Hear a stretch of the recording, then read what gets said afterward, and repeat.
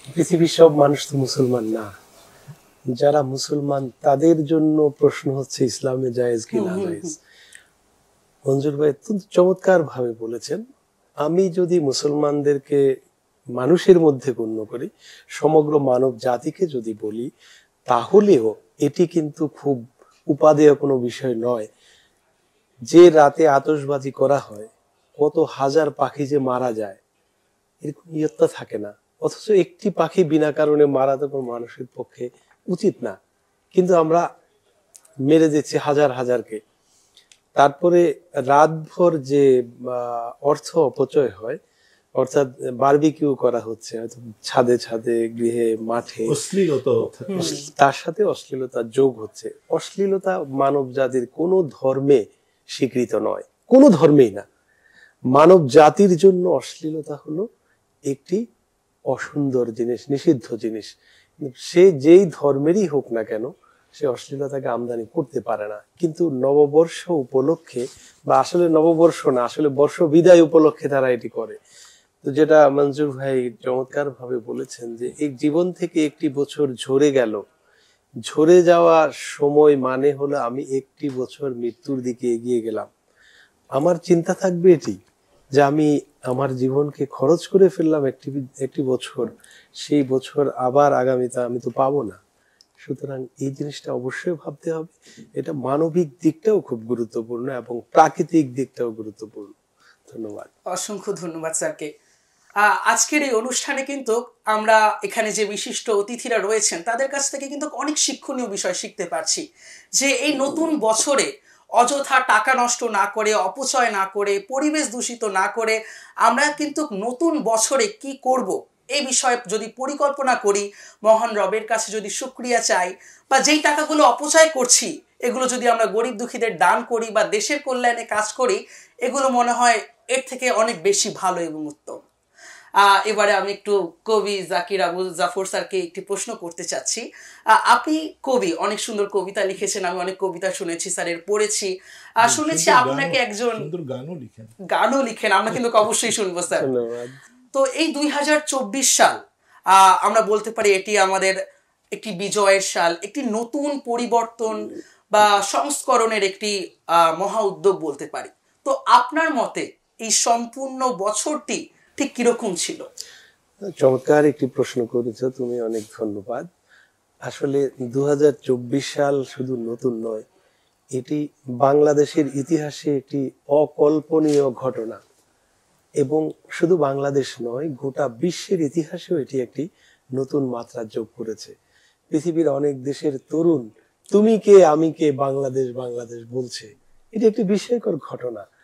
আমাদের তারুণ্য, শিশু থেকে বৃদ্ধ পর্যন্ত, আমি তারুণ্য বলতে কম বয়সী বুঝাচ্ছি না, বৃদ্ধের বুকেও তারুণ্য আছে। সেই তারুণ্য নিয়ে তারা রাজপথে দাঁড়িয়ে গেছিলেন, শিশুরাও দাঁড়িয়ে গেছিল। বিস্ময়ের বিষয় হলো পৃথিবীতে এরকম কোনো ইতিহাস অন্তত আমি পাইনি, যুদ্ধের ইতিহাস। যুদ্ধের মাঠে সবচেয়ে প্রশিক্ষিত কোনো সেনাবাহিনী গুলির মুখে দাঁড়িয়েছিল। তারা গুলি করছে, পরস্পর বিনিময় করছে, কিন্তু আড়াল নিচ্ছে, সরে যাচ্ছে, কিন্তু গুলি হচ্ছে, মাঝখান থেকে একজন গুলি খেয়ে পড়ে গেল আর দুই পাশে তারা দাঁড়িয়ে আছে, কিংবা যে পড়ে গেল তাকে তুলছে। এই ঘটনা অন্তত পৃথিবীর ইতিহাসে ঘটেনি। এটি একটি দ্বিতীয় নতুন মাত্রা। তৃতীয় মাত্রা হলো বাংলাদেশের ইতিহাসে সম্ভবত সমস্ত মানুষ একটি রেখায় এসে মিলিত হয়েছিল 24 জুলাই অভ্যুত্থানে। চতুর্থ হলো পৃথিবীতে আরেকটি চমৎকার, এটা হালকা হলেও এটি চমৎকার একটি বিষয়, যে ক্যালেন্ডারে একটি মাস 36 দিনের হয়েছে, 36 জুলাই। যেভাবেই হোক অদ্ভুত ব্যাপার। তারপরে আরেকটি বিস্ময়কর অস্ত্র দেখেছি আমরা পৃথিবীতে, পৃথিবীর ইতিহাসে এই অস্ত্র আমরা আর দেখিনি, যার নাম গ্রাফিতি। ওয়ালে দেয়াল লিখনের ঘটনা আমরা বহু দেখেছি, বাংলাদেশে ছিল, কিন্তু দেয়াল লিখনের সাথে, বাণীর সাথে আবার ছবি এবং নানা রং নিয়ে দেয়ালগুলো একটি বিস্ফোরণ উন্মুখ হয়েছিল। গ্রাফিতি, আমি গ্রাফিতির কথাই বলছি, যে গ্রাফিতি একটি বিস্ফোরণ ঘটালো দেয়ালে। এত নান্দনিক অস্ত্র যে পৃথিবীতে এরকম অস্ত্রের খবর কেউ দিতে পারেনি এবং আমরাও শুনিনি। এটি আরেকটি মাত্রা। সবচেয়ে তুমি যে প্রশ্নটি করেছো যে 24 সাল কিভাবে গেল, 24 সাল একেবারে 9 মাস ছিল আমাদের হৃদয়ের মধ্যে একটি আতঙ্ক বসবাস করেছে। দিন নাই রাত নাই আমরা আতঙ্কের মধ্যে ছিলাম। তারপরে যখন বিপ্লব হয়ে গেল, মনে হলো আমরা দীর্ঘ 16 বছর একটি নিঃশ্বাসকে চেপে রেখেছিলাম, বিপ্লবের পরে নিঃশ্বাসটি ছাড়লাম এবং একটি দীর্ঘ নিঃশ্বাস টেনে নিলাম। তার মানে আমি বলতে চাচ্ছি যে 2024 সাল আমাদের বাংলাদেশের ইতিহাসে একটি অসাধারণ অকল্পনীয় ঘটনা এবং পৃথিবীর ইতিহাসে একটি নতুন ঘটনা। আমি এখানে একটু ছোট্ট করে যোগ দিই যে বিগত 16 বছরের কথা আপনি বলেছেন। এই 16 বছরে বাংলাদেশের আকাশের জানালাগুলো মনে হয় বন্ধই ছিল, যেটি 5 আগস্টে খুলেছে। এবং 24 সাল আমাদের হারানো এবং পাওয়ার একটা এমন এক বছর যেটি বাংলাদেশের হাজার বছরের ইতিহাসে এমনটি নেই। এবং এই জায়গাটায় আরেকটি জিনিস হয়েছে যে স্বপ্নেরা, মানুষের মনে লালিত স্বপ্নেরা কিভাবে প্রতিবাদী হয়ে ওঠে, সব জায়গায় ছড়িয়ে পড়ে। মানে সূর্যের আলো সকালবেলা যেমন সোনালি রূপ নিয়ে গোটা পৃথিবীতে ছড়িয়ে পড়ে, তেমন এদেশের 18 কোটি মানুষের বুকের মধ্যে চাপা যে ক্ষোভ, প্রতিবাদ, এটা আগুন আকারে ছড়িয়ে পড়েছিল এই জুলাইয়ের 36 জুলাইয়ের মধ্যে। অর্থাৎ স্বপ্নগুলো বারুদ হয়ে উঠেছিল, বারুদ হয়ে উঠেছিল বিস্ফোরিত হয়েছিল। এবং এটি জালিমের বিরুদ্ধে এমন প্রতিবাদ হয়েছে যে এই দিনে নিরস্ত্র মানুষের কাছে সশস্ত্র জালিমরা যে শিক্ষা পেয়েছে সেটি মনে হয় লক্ষণ সেনের পরে আর ঘটেনি। এটিও আমার মনে হয় পৃথিবীতে আরেকটি নতুন অস্ত্রের নাম আমি বলতে পারি, সেই অস্ত্রের নাম হলো সাহস।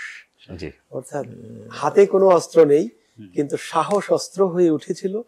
এমন অস্ত্র হয়েছে যে অগ্নেয়াস্ত্র সেখানে পরাস্ত হয়েছে সাহসের কাছে। এখানে ঠিকই বলছেন আপনি যে আমাদের 71 নিয়ে কিন্তু বহু বিতর্ক অলরেডি হয়ে গেছে, বিতর্ক আছে। মোদি সেখানে তাদের ইস্ট কমান্ডে বিজয় দিবস ঘোষণা করছে এবং সারেন্ডার করছে পাকিস্তান। আমি কিন্তু ওই অরোরার কাছে, ইস্ট কমান্ডারের কাছে, জগদীশ সিং অরোরা। তার মানে সেইখানে যে 1000 বছর যেটা উনি বলেন, যথার্থই বলেছেন, এই ধরনের কোন শক্তি, বৃহৎ শক্তি আমাদের পিছনে ছিল না। এই বিজয়ের সাথে ভাগ বসাতে পারে কোনোভাবে একমাত্র এই বেশ কোটি মানুষেরই ছিল এখানে অবদান, তাদের সাহস, তাদের বীরত্ব গাথা, এর মাঝে অন্য কারো কোনো অংশ নেই। এদিক থেকে এটা অনন্য একটি বিজয়। এখানে জাকির ভাইয়ের 36শে জুলাইয়ের যে ব্যাপারটা বললেন আর কি, আমার ছোট্ট একটা ছড়া আছে আর কি, এটা নিয়ে একটু পড়ি আর কি। 36শে জুলাই কেবল বাংলাদেশে এসেছি, আগস্ট তাতে হয়তো কিছু দুঃখ ব্যথা পেয়েছি, কারণ ওর মাস থেকে কয়েকটা দিন তো নিয়ে গেছে, তাই না? এমনিতেই আগস্ট জুড়ে চলছে কেবল শোকার শোক, জুলাই বলে কাঁদিস নি আর, মুক্তিকামী সকল লোক আমার বুকে রক্ত ঢেলে তোর হৃদয়ে বাঁধবি নি, এখন থেকে জুলাই শোকের, আগস্ট বিজয় ও মুক্তি। অনেক সুন্দর একটি কবিতা আমাদেরকে উপহার দিলেন। আমরা অনেক গুরুত্বপূর্ণ এবং অনেক আমাদের জাতির জন্য, বাঙালি জাতির স্যাররা যেটা বললেন এবং আমরা যেটা এতকাল পড়েছি দেখেছি, যে বাঙালি জাতির কাছে সেরকম কোনো বড় আগ্নেয় অস্ত্র নেই, কিন্তু বাঙালি জাতির মনে আছে একতা, সাহসিকতা, আত্মবিশ্বাস এবং কাঙ্ক্ষিত বিজয় লাভের একটি আশা আকাঙ্ক্ষা। আমরা অনেক কথা বললাম, অনেক বিষয় নিয়ে আলোচনা করলাম। এবারে একটু আমাদের শিশু শিল্পীদের কাছে যাওয়া যাক। জাহিন ভাইয়া, একটি গান যদি শোনাতেন। জি, অসংখ্য ধন্যবাদ। আমি অনেকদিন পর কিডস ক্রিয়েশনে এসেছি, আবার স্পেশাল লাইভ করছি, এর জন্য অসংখ্য ধন্যবাদ জানাচ্ছি কিডস ক্রিয়েশন টিভিকে। তো আমি একটি আহ্বানমূলক গান, একটি দেশের গান বলতে পারেন, একটি আহ্বানমূলক গান আপনাদের সামনে পরিবেশন করছি। গানটির গীতিকার আমাদের শ্রদ্ধেয়, আমাদের প্রাণের কবি মতিউর রহমান মল্লিক, এবং সুর করেছেন শ্রদ্ধেয় মশিউর রহমান। বিজয়ের দিন হোক শপথের দিন, স্বাধীনতা রক্ষায় হব ভয়হীন। বিজয়ের দিন হোক শপথের দিন, স্বাধীনতা রক্ষায় হব ভয়হীন। বিজয়ের দিন হোক শপথের দিন, দুশ্মন যে হোক আমার দেশের, বিষদাঁত ভাঙবই সর্বনেশে। দুশ্মন যে হোক আমার দেশে, বিষদাঁত ভাঙবই সর্বনেশে। আগলে রাখবো আমি আমার জমিন, আগলে রাখবো আমি আমার জমিন, আগলে রাখবো আমি আমার জমিন। বিজয়ের দিন হোক শপথের দিন, স্বাধীনতা রক্ষায় হব ভয়হীন। বিজয়ের দিন হোক শপথের দিন, স্বাধীনতা রক্ষায় দিয়ে দেব সব, মানব না কিছুতেই কোনো পরাভব। স্বাধীনতা রক্ষায় দিয়ে দেব সব, মানব না কিছুতেই কোনো পরাভব। পরোয়া কারোর কভু করে না মুমিন, পরোয়া কারোর কভু করে না মুমিন, পরোয়া কারোর কভু করে না মুমিন। বিজয়ের দিন হোক শপথের দিন, স্বাধীনতা রক্ষায় হব ভয়হীন। বিজয়ের দিন হোক শপথের দিন, বিজয়ের দিন হোক ঐক্য গড়ার, মুক্তির ভাবনায় বক্ষ ভরার। বিজয়ের দিন হোক ঐক্য গড়ার, মুক্তির ভাবনায় বক্ষ ভরার। এগিয়ে চলার গাঢ় স্বপ্ন রঙিন, এগিয়ে চলার গাঢ় স্বপ্ন রঙিন, এগিয়ে চলার গাঢ় স্বপ্ন রঙিন। বিজয়ের দিন হোক শপথের দিন, স্বাধীনতা রক্ষায় হব ভয়হীন। বিজয়ের দিন হোক শপথের দিন, স্বাধীনতা রক্ষায় হব ভয়হীন। বিজয়ের দিন হোক শপথের দিন। ধন্যবাদ। অসংখ্য ধন্যবাদ, অনেক সুন্দর গান আমাদেরকে উপহার দিলেন। ভাইয়ার গানে হচ্ছে যেমন ফুটে এলো বাঙালি জাতির প্রত্যেকটি মানুষের, যারা এই যে বাংলার যে আন্দোলনগুলো হলো, যত নবজাগরণ বলতে পারি, অভ্যুত্থান হলো, তাদের মনের কথাগুলো। আমি এই কথার এই লাইনটি ধরেই আবার ফিরে আসতে চাচ্ছি তোফাজ্জল হোসেন স্যারের কাছে। স্যার একটি গান লিখেছেন, শুরু করেছেন, যেই গান দিয়ে আমরা শুরু করলাম আজকের অনুষ্ঠানটি। যেই গানে উঠে এসেছে যেভাবে আমাদের এই 2024 সালের গণ অভ্যুত্থানের কথা, আর্তনাদের কথা, রক্ত ঝরার কথা, আবার উঠে এসেছে বিজয়ের কথা। স্যার আপনি ঠিক এই গানটির বিষয়ে বা এই গানটি ঠিক আপনি কেন লিখেছেন? আমি অবশ্য উল্লেখ করেছি যে আমি তখন দেশের বাইরে ছিলাম।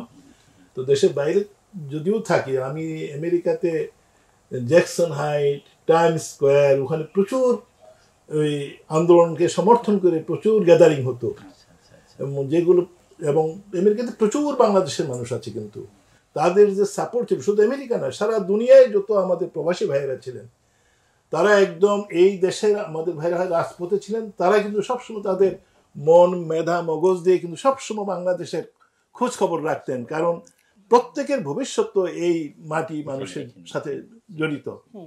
এবং তখন আমিও সেই তাড়না থেকে আমি বলি কি আর করতে পারি, একটি বিজয়ের গান লিখি। তখন আবার মুনা কনভেনশন চলছিল, তো আমরা মানসুর ভাই সহ ওই মুনা কনভেনশনের গানটা আবার মানসুর ভাই একটু লাইভও করছিল। তো আলহামদুলিল্লাহ আমেরিকায় আমরা কয়েক জায়গায় এটা গিয়েছিও।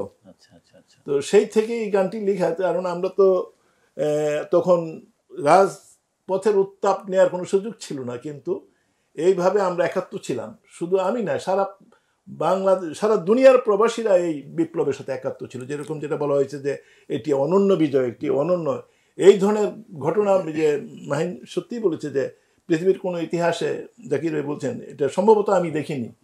আসলে এরকম কোনো বৃহৎ শক্তি, কোনো প্রতিবেশীর একদম নিজেদের অ্যাবসলিউটলি, এটা কিন্তু নিজেদের বিপ্লব, নিজেদের স্বতঃস্ফূর্তভাবে এমন একটি স্বৈরাচার যার পেছনে ছিল আমাদের আগ্রাসী ভারত, পুরো দেশ, তারা পুরা এই দেশটাকে একদম কুক্ষিগত। এই জন্যই তো পতনের পর তাদের এমন আগ্রাসী, এত এমন ব্যথা, এত অপপ্রচার, মিথ্যা প্রচার। তো আলহামদুলিল্লাহ আমরা সবাই এই বিজয়কে অন করি, ধারণ করি। এই বিজয় থেকে দূরে থাকার কোনো সুযোগ ছিল না আমাদের। অসংখ্য ধন্যবাদ স্যারকে। স্যার 2024 সাল নিয়ে বেশ কিছু কথা বললেন। তো যেহেতু 2024 সাল নিয়ে কথা হচ্ছে, আমি একটু মীর মঞ্জুর স্যারের কাছে চলে যেতে চাই। এই 2024 সালকে বাংলাদেশের প্রেক্ষাপটে বলুন, বিশ্ব প্রেক্ষাপটে, যা আমাদের বাংলাদেশের প্রেক্ষাপটকে তো পরিবর্তন করেছেই, সাথে সাথে সমগ্র বিশ্বর সামনে বাংলাদেশের যে একটি নাম ছিল বা বাংলাদেশের যে একটি ধারণা ছিল, বাংলাদেশের মানুষদের সবকিছুকে একটি নতুন মাত্রা এনে যোগ করে দিয়েছে বাংলাদেশের ইতিহাসকে। তো আপনি সমগ্র বছরটিকে, এই 2024 সালটিকে কিভাবে দেশ এবং বিশ্বের প্রেক্ষাপটে মূল্যায়ন করবেন? হ্যাঁ, চমৎকার প্রশ্ন। আমি মনে করি যে একটু আগে শুনছিলাম বরেণ্য শিল্পীর কথা। তিনি তার হৃদয়ের উত্তাপকে কণ্ঠে এনেছেন শিল্পী হিসাবে। তিনি কবি, তিনি তার কবিতায় এনেছেন। রিক্সাওয়ালা তার রিক্সার প্যাডেলিংয়ের মধ্যেই এই বিজয়ের উত্তাপকে এনেছেন, 16 বছরের দ্রোহকে প্রকাশ করেছে। শুধু কি তাই? আমি দেশেরটা বলি, বাইরেরটাও বলবো।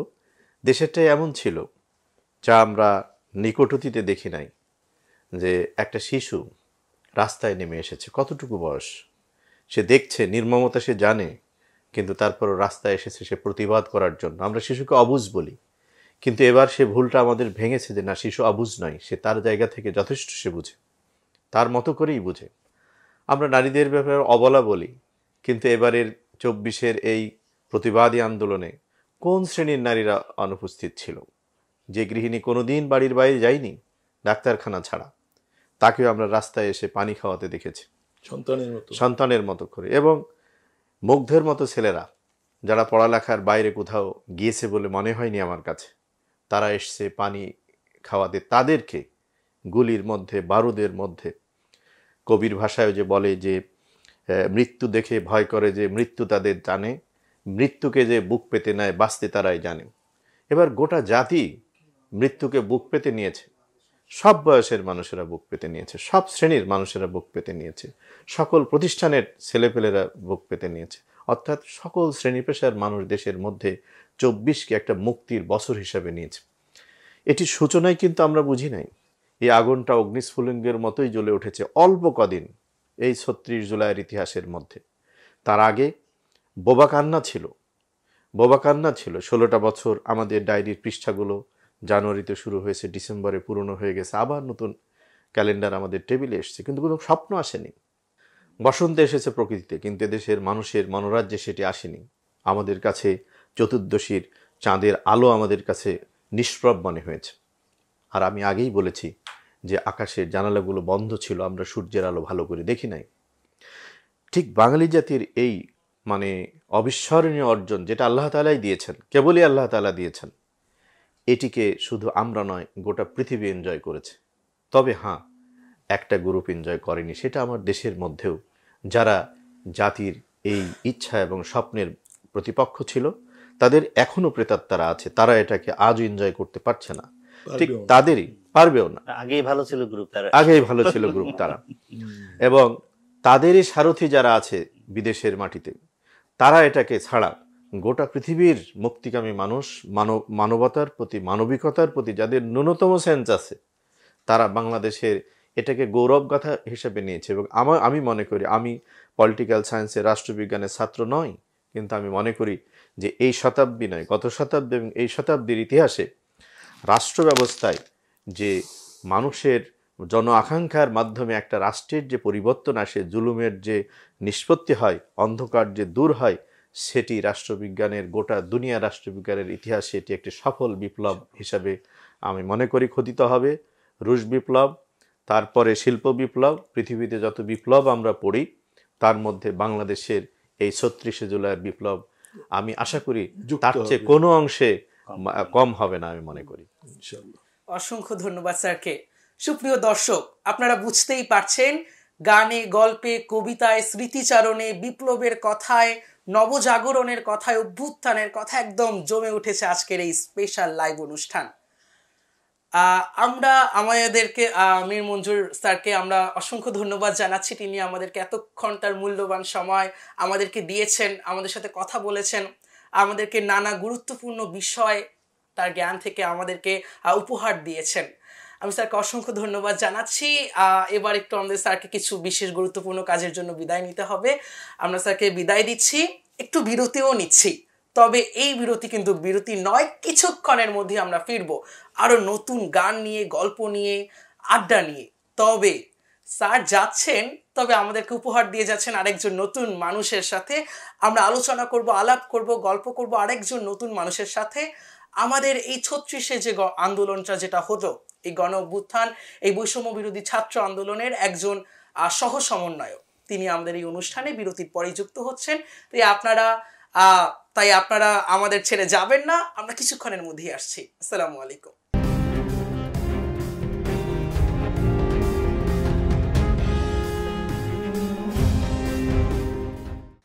সুপ্রিয় দর্শক, ফিরে এলাম বিরতির পরে। কেমন ছিল 2024 এই অনুষ্ঠানে? এই পর্বে আমাদের সাথে যুক্ত হয়ে গেলেন একজন বিশেষ ব্যক্তিবর্গ, বৈষম্য বিরোধী ছাত্র আন্দোলনের একজন সহ সমন্বয়ক মুসাদ্দিক আলী ইবনে মোহাম্মদ ভাইয়া। আমরা ভাইয়ের কাছে ফিরবো, তবে তার আগে আমরা সরাসরি চলে যেতে চাই নাইম আল ইসলাম মাহিন ভাইয়ের কাছে। মাহিন ভাইয়া কবির পাশাপাশি কবিতা লিখেন। আমি অনেক কবিতা শুনেছি ভাইয়ার কাছে, ভাইয়ার অনেক কবিতা গল্প আমি পড়েছি। ভাইয়া, আপনি এই 2024 সালকে কিভাবে দেখছেন, মূল্যায়ন করছেন, এই বিষয়ে আপনার যদি একটু মতামত দিতেন। অনেক ধন্যবাদ জানাচ্ছি তোমার সুন্দর উপস্থাপনার জন্য। আসলে আমরা যদি স্মৃতির পাতায় তাকাই, প্রত্যেকটা বছরের না এক একটা চেহারা আছে। যেমন যদি বলি 1757 সাল, আমাদের চোখে ভেসে উঠবে পলাশীর যুদ্ধ। যদিও 1857 সালকে বলি সিপাহী বিদ্রোহ, যদি 1971 বলি মুক্তিযুদ্ধ, ঠিক তেমনি 2024 মানে হচ্ছে একটা বিশাল বিজয়, বিশাল বিপ্লব। এটা এখন থেকে 1000 বছর পরেও আমরা পেছনের দিকে তাকালে এটা দেখতে পাবো। তো আজকে এই চ্যানেলটিও শিশুদের, আর আমরা বসেছিও শিশুদের নিয়ে, শিশুদের প্রোগ্রাম করতে, কিন্তু 24-এর স্মৃতিচারণ করতে গিয়ে আমরা কিন্তু শুধুই রাজনীতির মধ্যে ঢুকে যাচ্ছি। আন্দোলন বিজয় ছাড়া আর কিছু আমরা দেখতে পাচ্ছি না। এটা কারণ কি?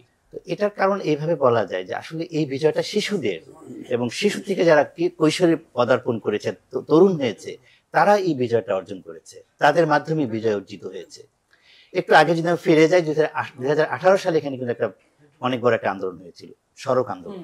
সেই আন্দোলনে যেই শিশুরা, যেই প্রজাপতিগুলো, যেই ছোট ছোট লিটল অ্যাঞ্জেলগুলো রাস্তায় নেমেছিল, এই 6 বছরে কিন্তু তারা অনেকেই অনার্স ফার্স্ট ইয়ার, সেকেন্ড ইয়ারে চলে গেছে। যারা তখন 10-এ পড়তো তারা এখানে অনেকে 4th ইয়ারও চলে গেছে। হ্যাঁ, তো এই যে একটা, মানে আমার কাছে কেমন যেন মনে হচ্ছে, ওই যে একটা বিপ্লবী গ্রুপ, ওই যে একটা বিশাল একটা মানে চেতনা সমৃদ্ধ সাহসী একদল মানুষ, সাহসী একদল শিশু কিশোর, তারা কিন্তু এই জেনজির আকারে ফিরে এসেছে 2024-এ, এবং 2024-এ এসে তারা এত বড় একটা পরিবর্তন করলো।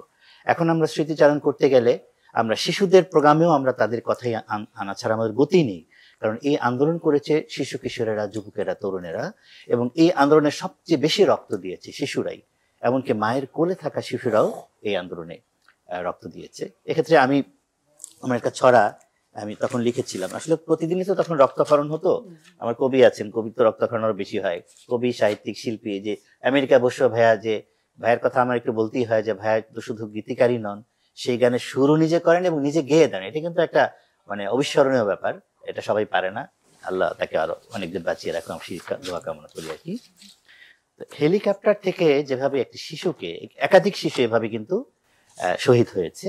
তো ওই মানে অবস্থাটা আসলে এতটাই কষ্ট দিয়েছে যে এই সংক্রান্ত বেশ কিছু লেখা আছে। তার মধ্যে একটি লেখা আমি একটু পড়ে শোনাতে পারি। হ্যাঁ, কালো চ্যাপ্টার। বাবা বাবা দেখো দেখো ওই যে হেলিকপ্টার। বাবা তাকায়, খুকির মাথায় দাগ শকুনের ঝাপটা, নিভে যাওয়া দৃষ্টি জুড়ে ভীষণ অবাক ছাপটা। বলতে পারো দৈর্ঘ্য কত বাবার অভিশাপটার? কেউ কি হিসেবে রাখে চোখের পানির পরিমাপটার? বাংলা থেকে হলো শেষে ভ্যানিশ কালো চ্যাপ্টার। একটু আমাদের মাহিন ভাই যে রাজনৈতিক বিষয়টা এনেছেন, আমি একটু সহজ করে দিতে চাই। সেটি হলো, এটি রাজনৈতিক ঊর্ধ্বে উঠে গেছে, রাজনীতির ঊর্ধ্বে উঠে গেছে এখন। জুলাই বিপ্লব এমন একটি কবিতা, যে কবিতা এটা শিশুদের, এটি কিশোরদের, এটি যুবকদের, এটা বৃদ্ধদের, এমনকি যারা এই বেদনা নিয়ে চলে গেছেন পৃথিবী থেকে তাদেরও। এমন একটি কবিতা রচিত হয়েছে, এটির ব্যাখ্যার জন্য শিশু থেকে বৃদ্ধ পর্যন্ত কারো কাছে বিশ্লেষণ করতে হয় না। সুতরাং এটি ইচ্ছাই হোক অনিচ্ছাই হোক এটি আসবে এখন, কারণ এর চেয়ে বড় ঘটনা যেহেতু আমাদের আপাতত ইতিহাসে নেই, সে কারণে এটি আসবেই। এবং বিস্ময়ের বিষয় হলো এই ভয়ঙ্কর জিনিসটাকে আমাদের শিশুরা হৃদয়ে ধারণ করেছে, তুলিতে ধারণ করেছে। আমার নিজের চোখে দেখা রাজপথে যেভাবে একেবারে অবুঝ শিশুটিও গ্রাফিতি করছে, এই বিস্ময়, এই ঘোর আমার এখনো কাটে না। আমি একটি লেখা লিখছি ভাষা ইনস্টিটিউট থেকে, একটি স্মারক হচ্ছে এই গ্রাফিতির উপরেই। আমি লিখতে গিয়ে যখন স্মৃতিচারণ আরো একটু জাগ্রত করছে, আমার কাছে দৃশ্যগুলো একেবারে জীবন্ত হয়ে উঠছে। যে একটা অবুঝ শিশু, সে শেখ হাসিনার ছবি আঁকছে, বিকৃত ছবি, কিংবা একজনকে পুলিশকে ঘুষি মারছে, কিংবা পুলিশের সামনে দাঁড়িয়ে, পুলিশের গাড়ির সামনে দাঁড়িয়ে সে হাত বাড়ায় দিচ্ছে। এই জিনিসগুলো আপনার মনে আছে কিনা যে তখন না মানে কিশোরদের বা তরুণদের বা শিশুদের চোখে না অন্যরকম একটা দীপ্তি লক্ষ্য করতাম, অন্যরকম একটা সাহসিকতা লক্ষ্য করতাম, মানে ভয়ই ছিল, ভয় নাই কোনো, এবং ভয় নামক শব্দটি বিদায় নিয়েছিল। এবং বিপ্লব হয়ে যাওয়ার পরেও যখন ওরা রোড কন্ট্রোল শুরু করলো, তখন ওদের এক একজন শিশুকে আমার মনে হচ্ছে একেবারে অনেক ট্রেনিং প্রাপ্ত একজন ট্রাফিক পুলিশ অফিসার দেখলেই মনে হচ্ছে স্যালুট করে দিয়ে, এরকম মানে এত সিরিয়াসনেস তাদের মধ্যে, এতটা দায়িত্ব কর্তব্যবোধ, এবং এইভাবে পুরো শহরটাকে তারা নিয়ন্ত্রণ করে মানে ফেলছিল মুহূর্তের মধ্যে। এগুলো আসলে একটা মানে স্বপ্ন দিয়ে গেল আমাদের। 2024 একই সাথে আরেকটি বিষয় হয়েছে আমাদের, যে আমরা ভেবেছিলাম এখনকার প্রজন্ম মোবাইলে বুঁদ হয়ে আছে, এদের আর পৃথিবীর খবর নেই, কিন্তু আমাদের এই জেনজি দেখিয়ে দিল তারা মোবাইলের বাইরে যে আধুনিক পৃথিবী আছে সেটিকেই তারা ধারণ করেছে। আধুনিক পৃথিবীকে সামনে নিয়ে আসা এবং তাকে ভাষা দেয়া, এটি গুরুত্বপূর্ণ। জুলাই বিপ্লবে সেটি হয়েছে। অসংখ্য ধন্যবাদ স্যারকে।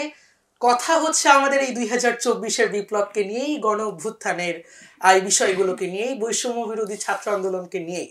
তো এই বৈষম্য বিরোধী ছাত্র আন্দোলনে যারা একদম বলতে পারে একদম সামনের দিকে যারা ভূমিকাগুলো পালন করেছেন, আমাদের এই ছাত্রদেরকে এগিয়ে নিয়ে গিয়েছেন, এই বিষয়গুলো সম্পর্কে বলেছেন, সেই সমন্বয়ক ভাইয়ার কাছে চলে যেতে চাই।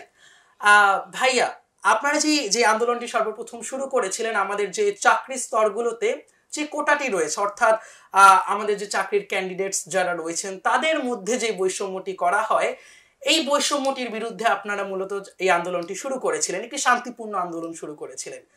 তো আপনারা কি সেই সময় কখনো চিন্তা করেছিলেন যে এই আন্দোলনটি 2024 সালে এসে একটি এক দফার বা এই ধরনের একটি ফ্যাসিবাদীর একদম নির্মূল, এই ধরনের একটা বিষয়, এই ধরনের কোনো আন্দোলনের রূপ নিবে? ধন্যবাদ প্রিয় উপস্থাপককে। আজকের ডিসেম্বরের শেষ দিন, আজকের কয়েক মুহূর্ত পরেই একটা স্মৃতিবহুল বছর গত হয়ে যাবে। আমরা যে প্রশ্নটা উপস্থাপকের কাছ থেকে পেলাম সেটা হচ্ছে যে আন্দোলনটা কি শুরু থেকেই এক দফার দিকে ছিল কিনা। আসলে যারা ছাত্র ছিল, জনতা ছিল, বা শ্রমিক ছিল, সে রিক্সা চালক হোক বা ক্ষেত মজুর হোক, সবাই কিন্তু গত 15-16 বছর যাবৎ একটা নির্যাতনের স্টিম রোলারের মধ্য দিয়ে এসেছে। আমরা যারা ঢাকা বিশ্ববিদ্যালয়ের শিক্ষার্থী, এখানে আমার সিনিয়ররা রয়েছেন, তারা নিশ্চয়ই জানবেন যে ঢাকা বিশ্ববিদ্যালয়ের একজন শিক্ষার্থীকে আধুনিক যুগের দাসের মতো হয়ে বসবাস করতে হতো। সেটা কীরকম? আপনি একজন শিক্ষার্থী হিসেবে আপনার ন্যূনতম যতটুকু মানবাধিকার রয়েছিল, যে আপনি একটা থাকার জায়গা পাবেন বিশ্ববিদ্যালয়ের হলে, এটা আপনার নৈতিক অধিকার বা বিশ্ববিদ্যালয়ের প্রশাসনিক অধিকার, আপনি মেধার মাধ্যমে সেই সিটটি অর্জন করেছেন। কিন্তু আমরা গত 15 বছর কি দেখেছি, যে একটা শিক্ষার্থী যখন বিশ্ববিদ্যালয়ে চান্স পায়, ভর্তি হয়, এরপর তাকে সামান্য এই যে স্টুডিওটা যতটুকু রুম হবে এরকম রুমের মধ্যে তাদেরকে 20-25 জনকে একসাথে রাখা হয়। তাদের থাকার জায়গা, মানে যারা গ্রাম থেকে অনেক পরিশ্রম করে পড়াশোনা করে শেষ পর্যন্ত ঢাকায় আসছে, তাদের ঢাকায় শেষ মতো মাথা গোঁজার ঠাঁইটুকু নাই, তাদেরকে এরকম অবস্থানে ঠেলে দেওয়া হতো। শুধু এতটুকুই হলেও হয়তো আমরা মানিয়ে নিতে পারতাম বা শিক্ষার্থীরা মানায় নিতে পারতো। কিন্তু এদের উপর যে মানসিক টর্চারটা করা হতো, যে আপনার ক্লাস থাকতে পারে, আপনার পরীক্ষা থাকতে পারে, কিন্তু সেদিন যদি কোনো কারণে ক্ষমতাসীন দলের প্রোগ্রাম থাকে, আপনি সেই ক্লাস অংশ নিতে পারবেন না, পরীক্ষা দিতে পারবেন না, আপনাকে প্রোগ্রামে যেতে হবে। এবং দেখা যায় যে প্রতিদিনই হয়তো 1বার বা 2বার আপনাকে অর্ডার করা হবে যে 5 মিনিটের ভিতরে হল গেটে চলে আসো, আমাদের প্রোগ্রাম আছে, বা আমাদের অমুক নেতা ব্যাডমিন্টন খেলবে, এখন শীতকাল ব্যাডমিন্টন খেলবে, সেখানে আমাদেরকে প্রোটোকল দিতে হবে, হাততালি দিতে হবে। হাততালি দিতে হবে। তো সবাইকে পড়াশোনা বাদ দিয়ে সবাইকে জোর করে ধরে নিয়ে যাওয়া হতো এবং তারা সারা রাত সেখানে দাঁড়ায় থাকতে হতো যে নেতা আসছে, এখানে উনি ব্যাডমিন্টন খেলবেন। নেতা যদি ছবি তুলতে আসেন বা সাংবাদিকদের কাছে তিনি সাথে পার্সোনালি সাক্ষাৎকার দিবেন বা ছবি তুলবেন, সেক্ষেত্রে তাকে প্রোটোকল দেওয়ার জন্য হচ্ছে সকল শিক্ষার্থীদেরকে জোর করে ধরে নিয়ে যাওয়া হতো। যে ন্যূনতম যে শিক্ষার্থীদের মানবাধিকার, সে পড়াশোনা করবে, সে শান্তিতে রাত্রে ঘুমাবে, সেই অধিকারটা তার ছিল না। তো সেই পরিস্থিতিতে দাঁড়িয়ে সবারই একটা আকাঙ্ক্ষা ছিল যে এই জগদ্দল পাথরটাকে কীভাবে সরানো যায়। আমি আজকে একটা পোস্ট শেয়ার করলাম এই কিছুক্ষণ আগে। প্রতি বছর 31 ডিসেম্বর আসলে যেটা হয় যে আতশবাজিতে অসংখ্য পাখি, মানুষ, শিশু মারা যায়। তো সেটা আমি গত বছর এরকম একটা ভিডিও শেয়ার করছিলাম যেখানে আমি লিখছিলাম যে এর থেকেও বেশি আতঙ্ক থাকে, মানে যারা মারা গেছে তারা তো মারা গেছে, কিন্তু এর থেকেও আরও বেশি আতঙ্ক থাকে যারা হচ্ছে ঢাকা বিশ্ববিদ্যালয়ের গণরুমে থাকে। তাদেরকে প্রতি মুহূর্তে এভাবে আতঙ্কের মধ্যে ফেলে দেওয়া হয়। তো সেই জায়গা থেকে, সেই নির্যাতনের জায়গা থেকে সবারই আকাঙ্ক্ষা ছিল যে যেভাবেই হোক দেশটা যাতে জগদ্দল পাথর থেকে মুক্ত হয়। তো শুরুতে যখন আন্দোলন আমরা শুরু করেছিলাম, আমাদের তো শুরুর দিকে আমাদের নিয়মানুগভাবে যেটা দাবি ছিল যে আমাদেরকে সুন্দরভাবে হচ্ছে কোটাটাকে সংস্কার করে দিবে। আমরা চাই না যে কোটা বাতিল হোক, আমরা জানি যে কোটার কিছুটা হলেও ন্যূনতম প্রয়োজনীয়তা রয়েছে, কারণ এখানে প্রতিবন্ধী রয়েছে, তারপর ক্ষুদ্র নৃগোষ্ঠী রয়েছে, পিছিয়ে পড়া জনগোষ্ঠী রয়েছে। তো তাদের জন্য ন্যূনতম সুযোগের যে সমতার কথা রয়েছে, সেই বিষয়টা পূর্ণভাবে বাস্তবায়নের প্রয়োজনীয়তা রয়েছে। তা আমরা শান্তিপূর্ণভাবে যে দাবিটা করেছিলাম যে কোটার সংস্কার করা হোক, কিন্তু তারা বারংবার চেষ্টা করলো যে এটা যেভাবেই হোক তারা জোর করে তাদের এই কোটাটাকে প্রতিষ্ঠা করবে। কোটা প্রতিষ্ঠা হলে যেটা লাভ হয় যে তাদের স্থানীয় যে আওয়ামী, তারা তো রাষ্ট্রায়ত্ত যতগুলো সাংবিধানিক পোস্ট রয়েছে বা প্রতিষ্ঠান রয়েছে, সবগুলো প্রতিষ্ঠানকে তো তারা দলীয় প্রতিষ্ঠানে রূপান্তরিত করেছে। তারপরে কিছু কিছু ক্ষেত্রে দেখা যেত যে মেধাবী শিক্ষার্থীরা বের হয়ে যেত বা তাদের দলের বা মতের বাইরের কেউ কেউ হয়তো বের হয়ে যেত মেধা নিয়ে। তো সেই বিষয়গুলো তাদের সহ্য হচ্ছিল না, যে কারণে তারা জোর করে আবার কোটার ব্যবস্থা পুনরায় ফিরে নিয়ে আসছিল। তো তারা যখন হামলা মামলা পরিচালনা শুরু করলো, বিশেষ করে 11 তারিখ আমরা দেখলাম কুমিল্লাতে বিশ্ববিদ্যালয়ের শিক্ষার্থীদের উপর গুলি চালানো হলো, তারপরে 12 তারিখ হামলা চালানো হলো, 16 তারিখ আবু সাইদ সহ 6 জন শহীদ হইলেন, 15 তারিখ ঢাকা বিশ্ববিদ্যালয়ের শিক্ষার্থীদের উপরে বহিরাগত টোকাই সন্ত্রাসী এনে নির্মমভাবে রক্তাক্ত করা হলো। আপনারা নিশ্চয়ই ছবি দেখেছেন, ছবি দেখে তো আপনারা নিজেরাও হয়তো কান্না করেছেন যে মেয়েদেরকে কীভাবে নির্মমভাবে লাঠি দিয়ে আঘাত করা হচ্ছে, রক্তাক্ত করা হচ্ছে।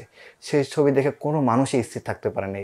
এরপরে আমরা সিদ্ধান্ত নিয়েছিলাম যে যেভাবেই হোক যারা আমাদের বোনের গায়ে হাত দিয়েছে, আমাদের বোনকে রক্তাক্ত যারা করেছে, যারা আমাদের মেধার সাথে যারা তামাশা করেছে, যারা শিক্ষার সাথে তামাশা করেছে, তাদের শেষটুকু আমরা দেখে ছাড়বো। আমরা সেই আমাদের সাথে দেশের জনগণ, দেশের আপামর জনতা সহায়তা করেছিল, তারা সবাই আমাদের ডাকে আহ্বানে সাড়া দিয়েছিলেন, যার ফলশ্রুতিতে আমরা সকলে মিলে এই জাতির উপর থেকে যে জগদ্দল পাথর দীর্ঘদিন যাবৎ চেপে বসেছিল সেটা আমরা সরাতে পেরেছিলাম। জি, ধন্যবাদ ভাইয়া। ভাইয়া তো রয়েছেন আমাদের সাথে, ভাইয়ার কাছ থেকে আরো অনেক কথা শুনবো। আমরা ইতিমধ্যে জানলাম অনেক অজানা তথ্য ভাইয়ার কাছ থেকে। এবারে এই পর্বে আমরা একটু আমাদের কবি স্যারের কাছ থেকে জাকির জাফর স্যারের কাছ থেকে একটি কবিতা শুনবো। স্যার যদি একটু আমাদেরকে কবিতা শোনাতেন। একটি কবিতা শোনাই, এটা অবশ্য একটু গীতি কবিতা ধরনের। কবিতাটির শিরোনাম রুখে দাঁড়াও বাংলাদেশ। জেগে ওঠো বাংলাদেশ, রুখে দাঁড়াও বাংলাদেশ, সীসা ঢালা প্রাচীর সম ঐক্য গড়ো বাংলাদেশ।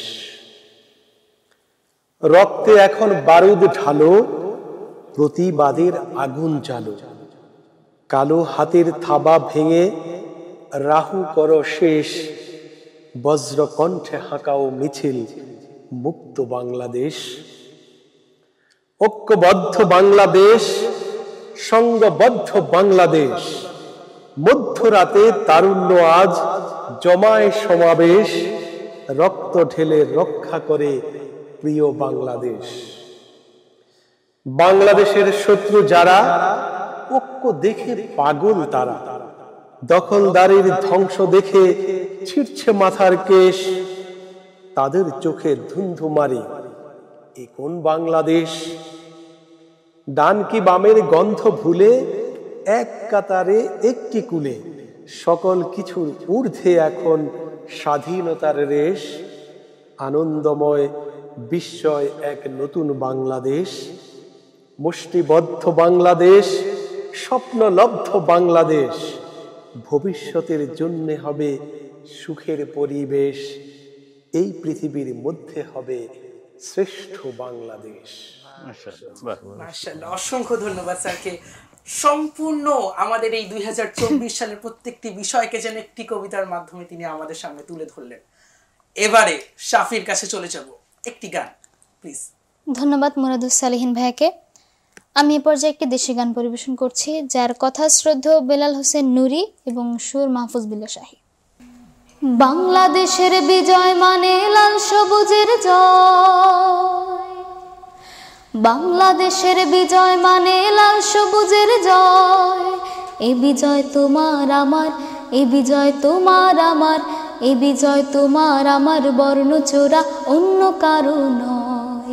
বাংলাদেশের বিজয় মানে লাল সবুজের জয়, দুঃখের হাজার রাত পেরিয়ে নতুন সকাল এসে বলল হেসে হেসে, দুঃখের হাজার রাত পেরিয়ে নতুন সকাল এসে বলল হেসে হেসে, স্বপ্ন দেখো স্বপ্ন বোনো কিসের ভাবনা ভয়, এ বিজয় তোমার আমার, এ বিজয় তোমার আমার, এ বিজয় তোমার আমার, ভিনদেশীদের পণ্য কারো নয়।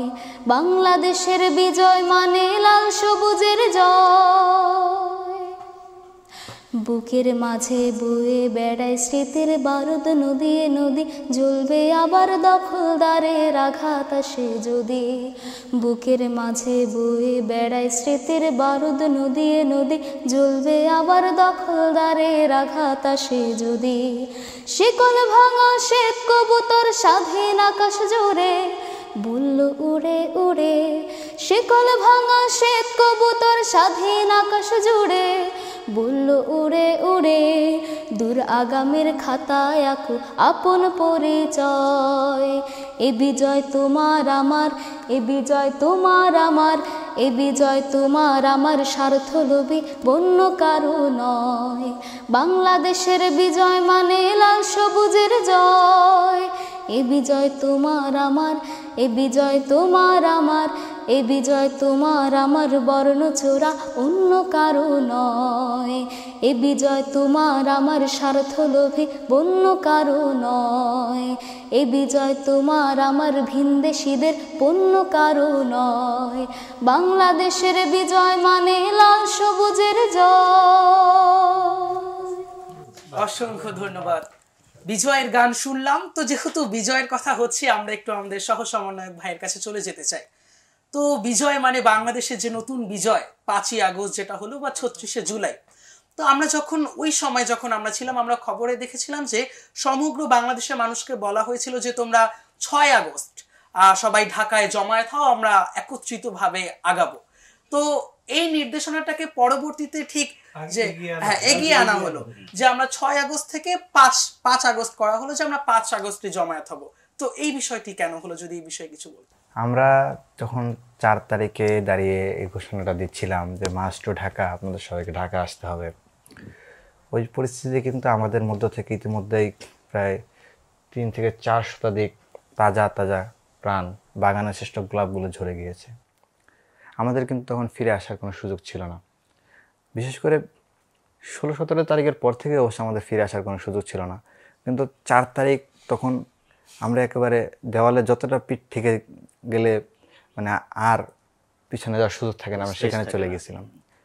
তো সেখানে আমাদের প্রতিটা মুহূর্তে অনেক চিন্তা ভাবনা করে সিদ্ধান্ত নিতে হচ্ছিল যে আমাদের একটা ভুল সিদ্ধান্ত কিন্তু জাতির জন্য অনেক বড় একটা মহাকাল টেনে নিয়ে আসতে পারতো। কারণ যেই হিংস্র হায়নারা নারী শিশু কাউকে মানুষ হিসেবে মূল্যায়ন করে না, যে আমরা একটু গান শুনলাম যে এ বিজয় বন্য কারো নয়, এরা তো বন্য জন্তু জানোয়ারদের থেকেও নিকৃষ্ট, যারা শিশুদেরকে গুলি করে মারতে পারে, যারা নারীদেরকে রক্তাক্ত করতে পারে, তাদের থেকে হিংস্র হায়না তো আর হতে পারে না। তো আমাদের ওই ওই পরিস্থিতিতে দাঁড়িয়ে প্রথমে আমরা যখন 6 তারিখের ঘোষণা দিয়েছিলাম, তখন আপাতত দৃষ্টিতে মনে হয়েছিল যে আমাদের একদিন সময় প্রয়োজন, যে সারা দেশ থেকে সকল মানুষ ঢাকা আসবে, সময়ের প্রয়োজনীয়তা রয়েছে। আবার পথে পথে পথে তো বাধা রয়েছে, সব অতিক্রম করে ঢাকায় আসা এটা কিন্তু অনেক দুরূহ একটা ব্যাপার ছিল। তো সেখানে প্রাথমিকভাবে এই সিদ্ধান্তটা আমাদের হয়েছিল, কিন্তু পরবর্তীতে বিভিন্ন অংশীজন যারা আন্দোলনের, তারা পরামর্শ দিলেন যে আমরা যদি একদিন সময় নেই, ঠিক আছে, আমরা একদিন সময় আমরা হাতে পাবো, কিন্তু এই সময়টা আমাদেরকে মাথায় রাখতে হবে, এই সময়টা কিন্তু হচ্ছে আমাদের প্রতিপক্ষও পাচ্ছে। তারা কিন্তু এই সময়ের মধ্যে আরও কীভাবে আমাদের উপর ক্র্যাকডাউন চালানো যায় তার প্রস্তুতিটা তারা নিয়ে রাখবে। তো সে কারণে আমরা যত দেরি করব আমাদের জন্য ততটা হচ্ছে ভয়াবহ হতে পারে। তো সে কারণে সকলের পরামর্শের ভিত্তিতে এবং মূল অংশীজন যারা ছিলেন তাদের বলা যায় প্রেশারের মাধ্যমেই মার্চ টু ঢাকা কর্মসূচিটা 6 তারিখ না করে একদিন এগিয়ে নিয়ে আসা হয়। তবে সবথেকে আনন্দের বিষয় যেটা, যে রাতারাতি আমাদের সারা দেশের মানুষ যাদের সুযোগ ছিল সবাই কিন্তু রাতারাতি ঢাকায় চলে আসছেন। আমরা মানে স্বাভাবিক সময়, এখন যদি আমরা কেউ মানে বাইরের কোনো জেলা থেকে ঢাকায় আসে তার যতটা সময় লাগে, আমার তো মনে হয় তার থেকে অনেক কম সময় লাগছিল এত বাধার মধ্যেও। এটার একটা কারণেই এটা সম্ভব হয়েছিল, কারণ সবার মাঝে একটাই চিন্তা ছিল যে জাতিকে আমাদেরকে রক্ষা করতে হবে, এই মানুষদেরকে আমাদেরকে রক্ষা করতে হবে। তো তাদের এই স্পিরিট, শহীদের তাজা রক্ত যে সাহসের সঞ্চার করে গিয়েছিল, সেই সাহস আমাদেরকে 5 তারিখ বা 36 জুলাইয়ের সফলতা এনে দিয়েছে। জি, অসংখ্য ধন্যবাদ ভাইয়াকে। অনেক কিছু শুনলাম ভাইয়ার কাছ থেকে, অনেক কিছু জানলাম। পরের প্রশ্নে যাওয়ার আগেই আমরা একটু জাহিনের কাছে চলে যেতে চাই, যদি একটি গান আমাদেরকে শোনাতেন আজকের এই অনুষ্ঠানে ভাইয়া। জি, অসংখ্য ধন্যবাদ জানাচ্ছি তোমাকে আবারও সুযোগ দেওয়ার জন্য। এই পর্যায়ে আমি আবারও একটি দেশের গান পরিবেশন করছি। এই গানটির গীতিকার শ্রদ্ধেয় আবু তাহের বেলাল এবং সুর করেছেন শ্রদ্ধেয় লিটন হাফিজ চৌধুরী। আমারি দেশ এই বহুতা নদী, এই উর্বরা পাললিক গান, সবুজ শ্যামল ক্যানভাসে চিরদিন রেখো অম্লান হে রহমান। আমার এই দেশ এই বহুতা নদী, এই উর্বরা পাললিক গান, সবুজ শ্যামল ক্যানভাসে চিরদিন রেখো অম্লান হে রহমান। আ আ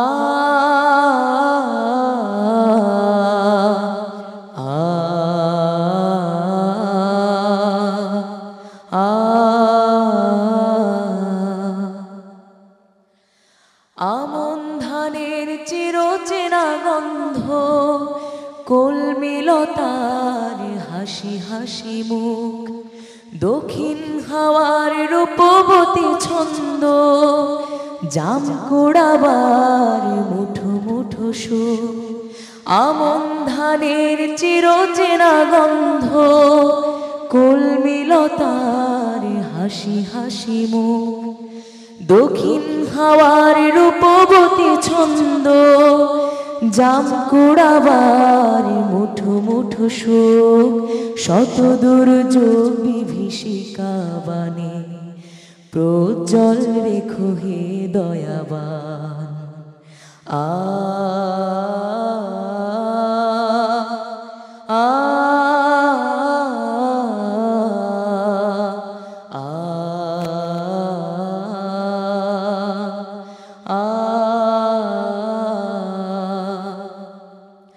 লাল সবুজের পতাকার বুক চিড়ে হিংস্র সাপদ মাথা তোলে, ওই জীবনদানের লগন এলে ফিরে আমরা সবাই সচকিত হই।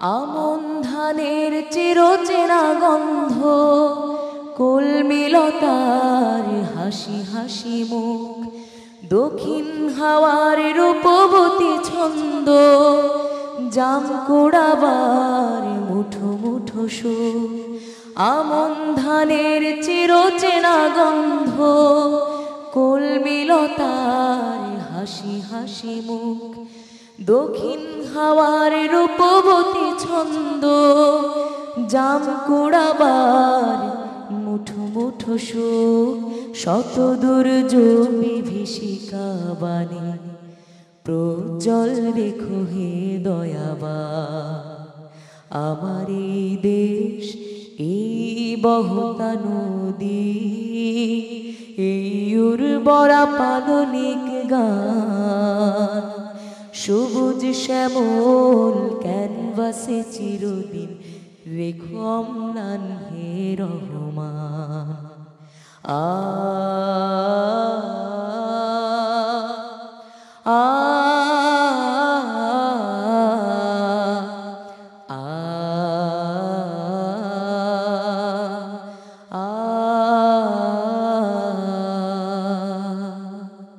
ধন্যবাদ জাহিনকে।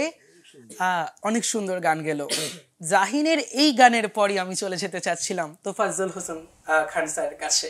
স্যার, এই যে গেল বছর 2024 সাল প্রায় শেষ, এখন আমরা একদম 2025 সালের দ্বার প্রান্তে, তো এই গেল বছর এই সাংস্কৃতিক অঙ্গনে ঠিক কি হলো? উত্থান হলো নাকি পতন হলো? বা আমরা 2025 সালে ঠিক কি করতে পারি, কি পরিকল্পনা, এই বিষয়ে আপনার সাংস্কৃতিক, ধন্যবাদ, একটি গুরুত্বপূর্ণ প্রশ্ন আমাদের জন্য। এই 2024 কিন্তু একটি মাইল ফলক। আমি এই জন্য বলবো, আমরা জানি যে ঢাকা বিশ্ববিদ্যালয়ে কোরআন তেলাওয়াতের জন্য অনুমতি দেয়নি।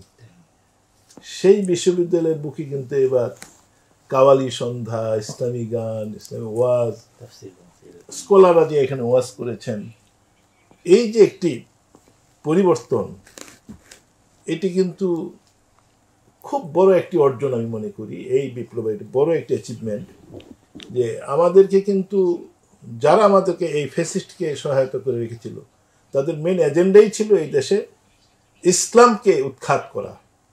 যার জন্য আমরা যে পাঠ্যপুস্তকে তারা এখানে ইসলামী যে সকল গল্প ছিল আস্তে আস্তে বিদায় করে সেখানে নাস্তিক্যবাদী বা শিরকের এই ধরনের জিনিসগুলো তারা ঢুকাচ্ছিল। এটা তাদের খুব ঠান্ডা মাথায় এই কাজগুলো তারা করত। তো আলহামদুলিল্লাহ এই বিপ্লবের মাধ্যমে এখন ইসলামের যে একটা উত্থান, জন আকাঙ্ক্ষা কিন্তু ইসলামের পক্ষে। এখন এই মানুষ কিন্তু এখন ওই একদম যে সকল ট্রেডিশনাল কালচারাল ইয়াগুলো ছিল, এটি অনেক কমে গেছে। এবং সব জায়গায় যত আগে তো আমরা দেখতাম যে গ্রামে গ্রামে নানা ধরনের গান হতো, নানা ধরনের, এখন প্রতি গ্রামে গ্রামে এখন কিন্তু ওয়াজ হচ্ছে, সেখানে ইসলামী সঙ্গীত হচ্ছে। শিল্পীদের কদর অনেক বেড়ে গেছে। আমরা শিল্পীদের, আমি যতদূর আমার অনেক সব শিল্পীর সাথে খোঁজ খবর রাখি, তাদের শিডিউল দিতে পারে না, এত তাদের উপরে চাপ।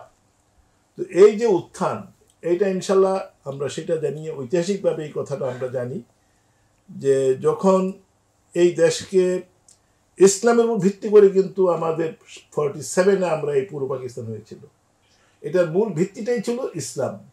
এই ব্রাহ্মণ্যবাদী এবং ইংরেজদের থাবা থেকে, খপ্পর থেকে মুসলিম জাতিসত্তাকে রক্ষার জন্যই কিন্তু এই মানুষগুলো চারিদিকে ভারত, এরপরও তারা পাকিস্তানের সাথে স্বাধীনতা আন্দোলন করেছে, জীবন দিয়েছে, শুধু একটি যে ইসলাম।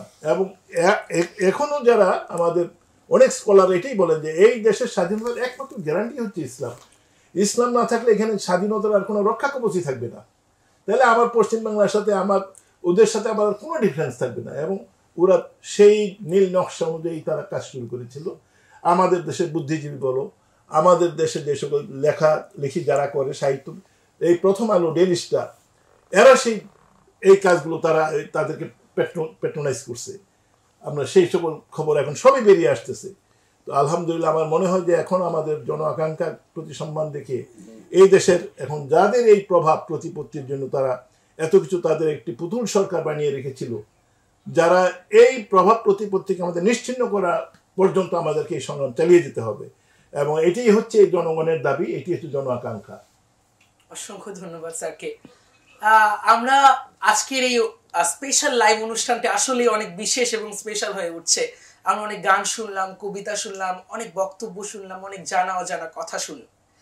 এই 2024 সালের যে সবচেয়ে গুরুত্বপূর্ণ বিষয় বা যে টপিকটি রয়েছে, এই গণ অভ্যুত্থান বা বৈষম্য বিরোধী ছাত্র আন্দোলন, এই আন্দোলনে অনেক শিশুও শহীদ হয়েছেন, কেউ মায়ের কোল থেকে, কেউ বাসার ছাদে খেলতে গিয়ে।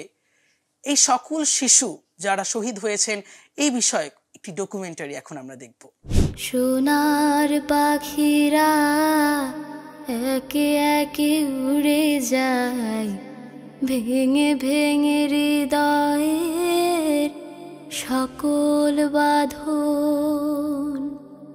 সোনার পাখিরা একে একে উড়ে যায়, ভেঙে ভেঙে হৃদয়ের সকল বাঁধন। নেকড়ের উল্লাসে কাঁপে জনপদ, বঞ্চিত জনতার হৃদয় কাঁদনা। সোনার পাখিরা একে একে উড়ে যায়, ভেঙে ভেঙে হৃদয়ের সকল বাঁধন। পাখিরা ফুলের মতো মোহন পালক, নির্মল জোছনার মিষ্টি আলোক। পাখিরা ফুলের মতো মোহন পালক, নির্মল জোছনার মিষ্টি আলোক। আমরা দেখলাম আমাদের এই আন্দোলনে যারা শহীদ হয়েছেন সেই সকল শিশুর, আমরা তাদের রুহের মাগফিরাত কামনা করছি। এখানে অনেক স্যার আছেন, ভাইয়া আছেন, আমরা একটু তাদের কাছ থেকে শুনি, আপনারা যদি কিছু বলতে চান এই বিষয়ে।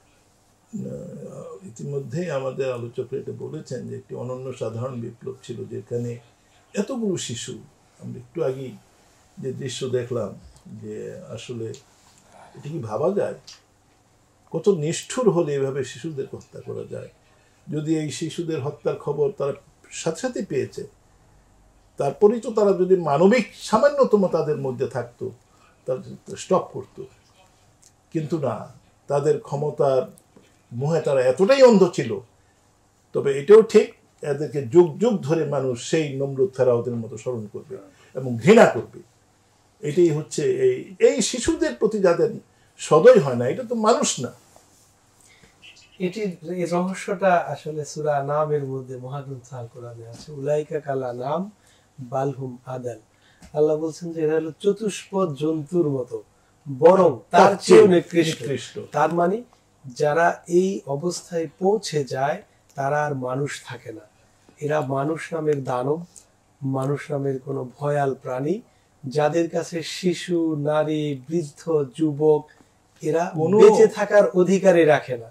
যেমন এখানে ভোট দেওয়ার অধিকার ছিল না, যেমন কোনো মানবাধিকার ছিল না, যেমন শিক্ষার অধিকার ছিল না, যেমন বিশ্ববিদ্যালয়ের ছাত্রদের কোনো অধিকার ছিল না, ছাত্রীদের অধিকার ছিল না, ঠিক বেঁচে থাকারও অধিকার আছে বলে তারা স্বীকার করতো না, মনে করতো না।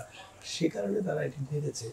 এটি খুব প্যাথেটিক এবং এতটাই দুঃখজনক যে, যেটা তোফাজ্জল ভাই বললেন, পৃথিবী যতদিন থাকবে, ইতিহাস যতদিন থাকবে, ততদিন এই নামটি ফেরাউনের চেয়েও ঘৃণার সাথে উচ্চারিত হবে।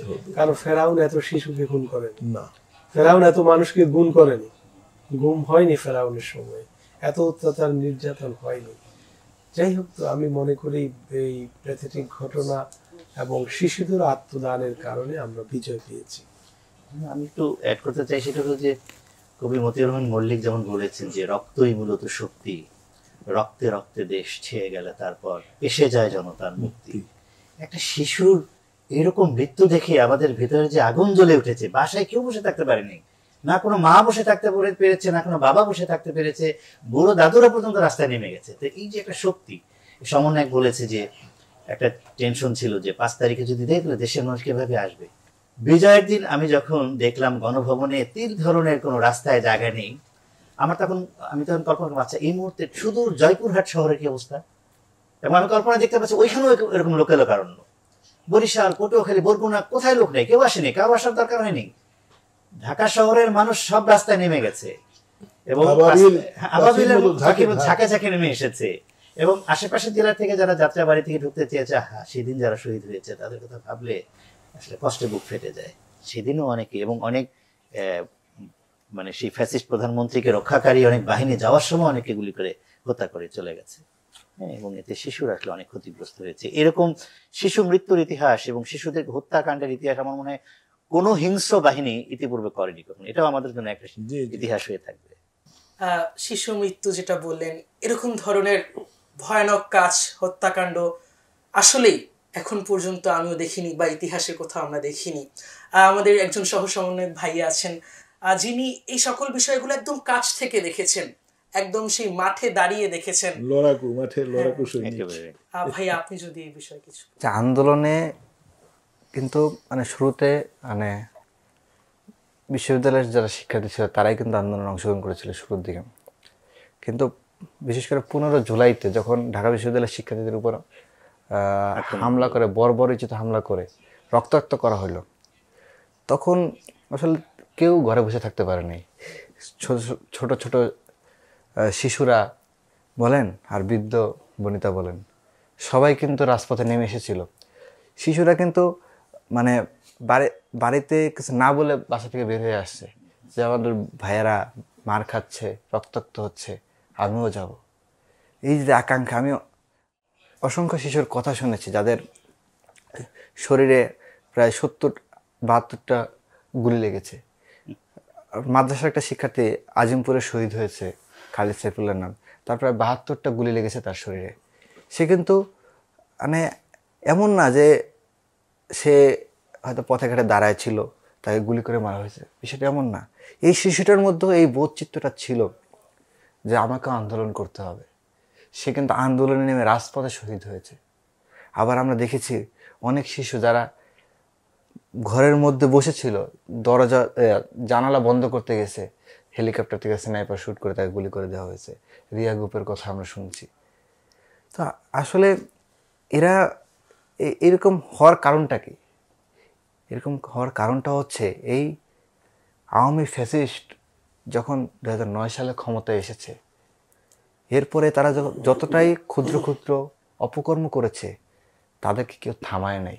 আমাদের মধ্যে আমরা নিজেরাই পারস্পরিক বিভেদের মাধ্যমে নিজেরা ছিন্ন বিচ্ছিন্ন হয়ে গিয়েছি যে অন্যের অপকর্ম আমরা কীভাবে থামাবো, যে কারণে তাদের ক্ষুদ্র ক্ষুদ্র অপকর্ম বাড়তে বাড়তে এই পর্যন্ত এসে দাঁড়িয়েছে।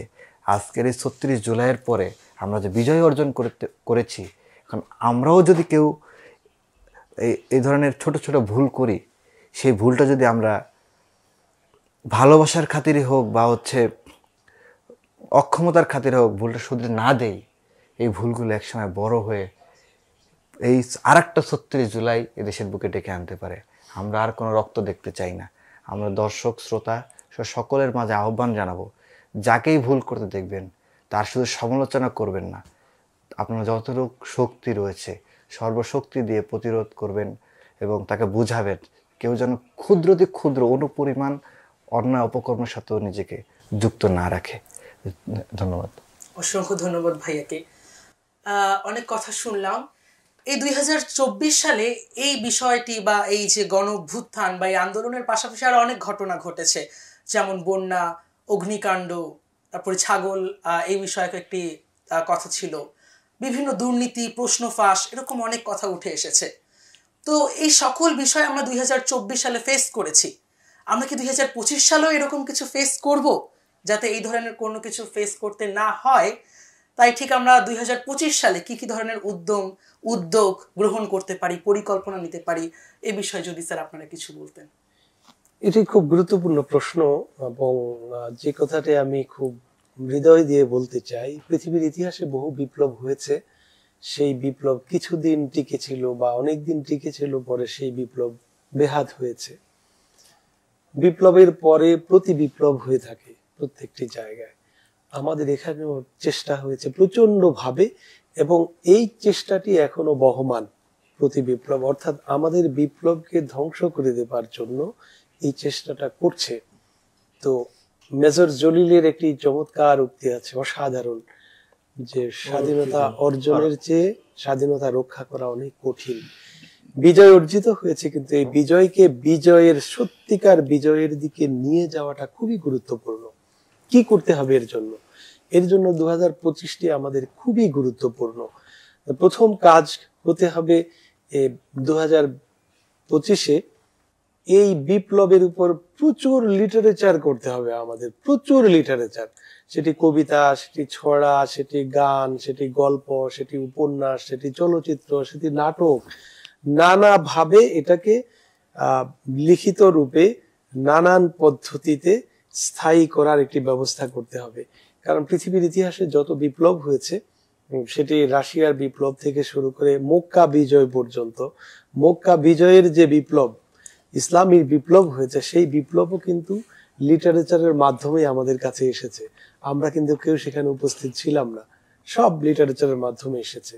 আমাদের এই বিপ্লব নিয়ে প্রচুর লিটারেচার অবশ্যই প্রস্তুত করতে হবে। দ্বিতীয় বিষয় হলো 1971 সালে যে বিজয় আমরা পেয়েছিলাম, সেই বিজয়ের সত্য ইতিহাস রচিত হয়নি, বরং সত্যকে মিথ্যা ঢেকে ফেলেছিল। কাল্পনিক, মানে অবিবেচক, অসত্য ইতিহাস লিখে আমাদের তরুণদের মুখে মিথ্যা শব্দ, মিথ্যা বাক্য, মিথ্যা স্লোগান তুলে দেওয়া হয়েছিল। ঠিক এই বিপ্লবকেও এর মধ্যে ইতিমধ্যে কিছু ঘটনা ঘটে গেছে, যারা বিপ্লবের ইতিহাসকে বদলে দিতে চাচ্ছে, নিজেদের মতো করে নিতে চাচ্ছে। এখান থেকে আমাদের অবশ্যই সাবধান হতে হবে। 3 নাম্বার হলো আমাদের যেটা আমাদের সমন্বয়ক বলেছেন, এটা খুব গুরুত্বপূর্ণ, আমাদের ঐক্যবদ্ধ থাকতেই হবে, ঐক্যের কোনো বিকল্প নেই। কিন্তু বাংলাদেশে এখন যেটা শুরু হয়েছে, এই ঐক্যকে ভাঙার জন্য নানা ধরনের ষড়যন্ত্র শুরু হয়েছে, যে কারণে আজকে আবার সম্মেলন ডাকতে হলো বা মার্চ ফর ইউনিটি কর্মসূচি দিতে হয়েছে সমন্বয়কদেরকে। যে মার্চ ফর ইউনিটি এখন খুব গুরুত্বপূর্ণ।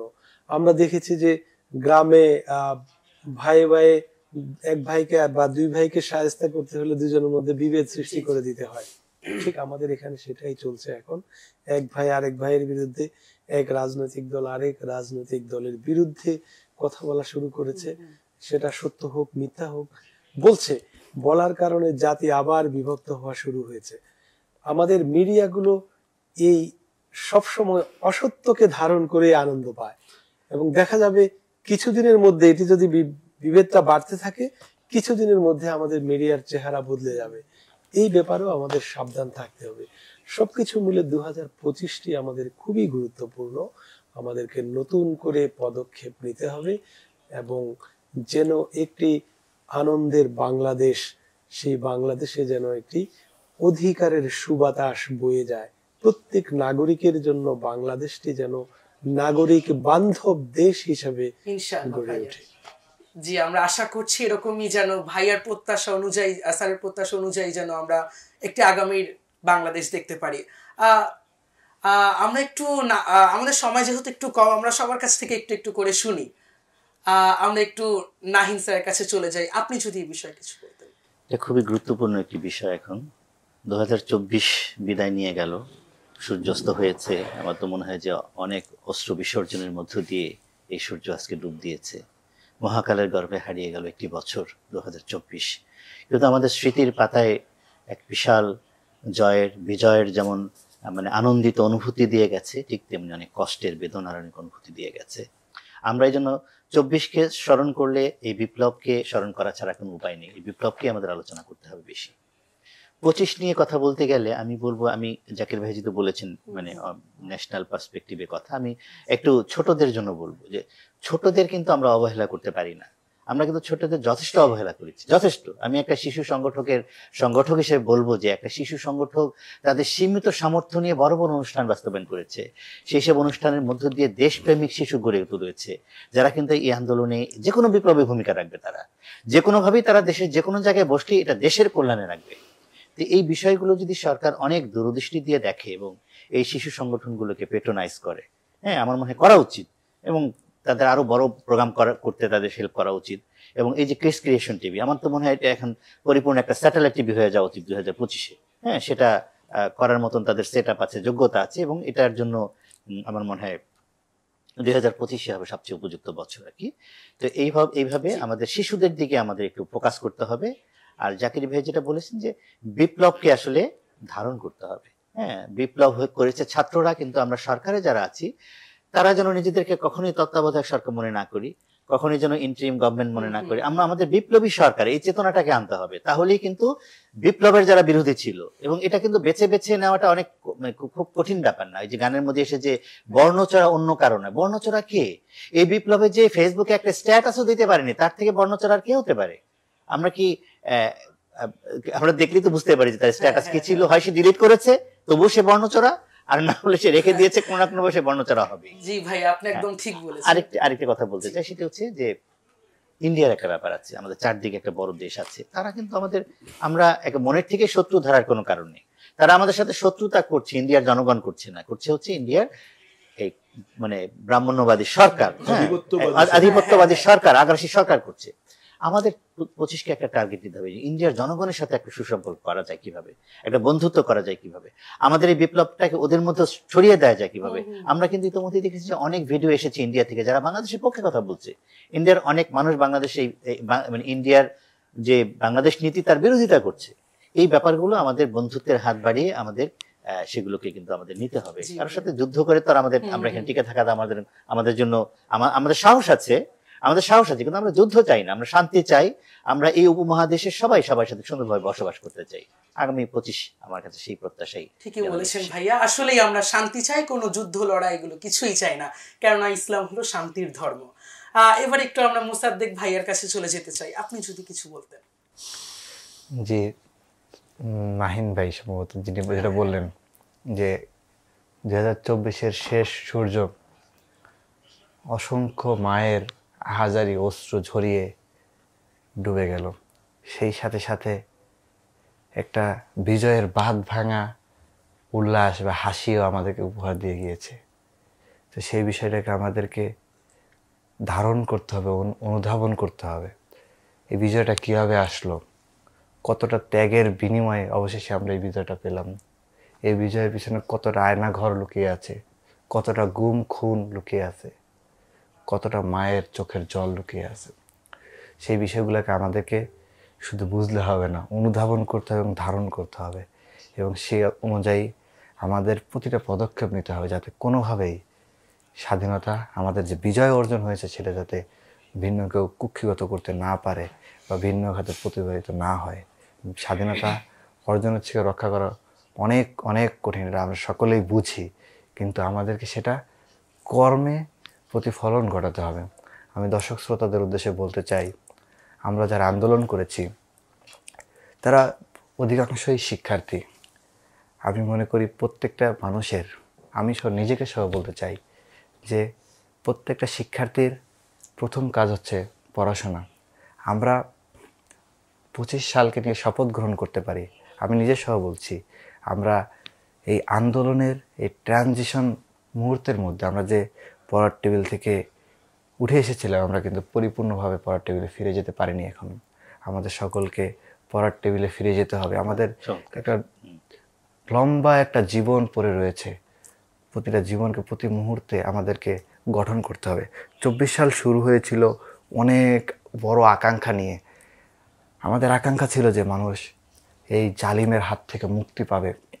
আমাদের আকাঙ্ক্ষা ছিল আমরা প্রত্যেকে নিজেকে বিন্দু বিন্দু একটু একটু করে গড়ে তুলব।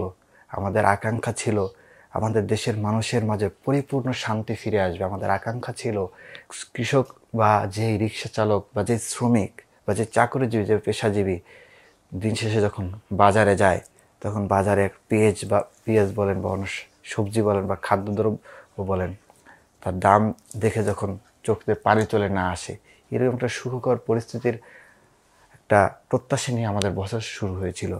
কিন্তু বছর শেষে হয়তো আমরা অনেকগুলো বিষয় অর্জন করতে পেরেছি, অনেক কিছু হয়তো আমরা পেয়েছি, কিন্তু আমি আমার নিজের ক্ষেত্রে বলতে পারি যে আমার যতটুকু আত্মিক শক্তি অর্জন করা প্রয়োজন ছিল বা যতটুকু মনুষ্যত্ব অর্জন করার প্রয়োজন ছিল, সেক্ষেত্রে হয়তো আমি যতটা অর্জন করা দরকার ছিল তার থেকে আরও হয়তো আমি নেতিবাচক দিকে চলে গেছি, এমন হতে পারে। আমাদের যতটুকু পড়াশোনা করার কথা ছিল আমরা কিন্তু ততটা জ্ঞান অর্জন করতে পারিনি।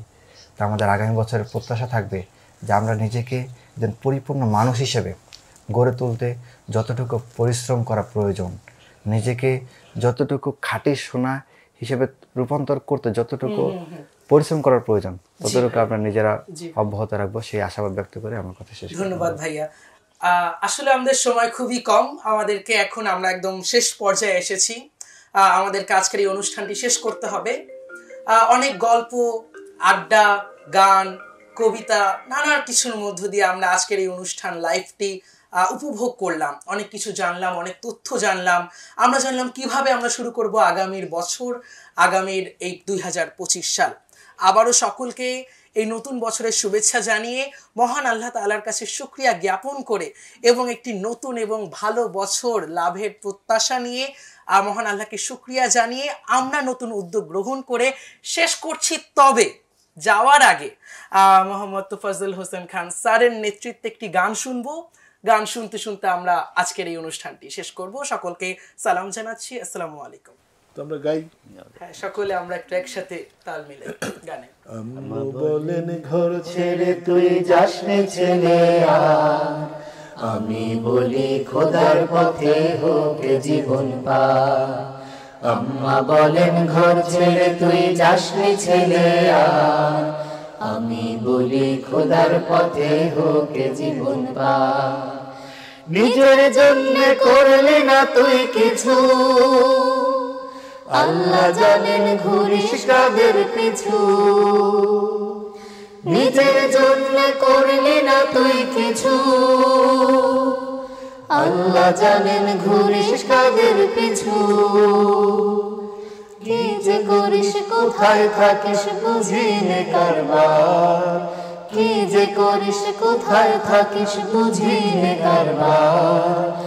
আমি বলি খোদার পথে হোক জীবন পার।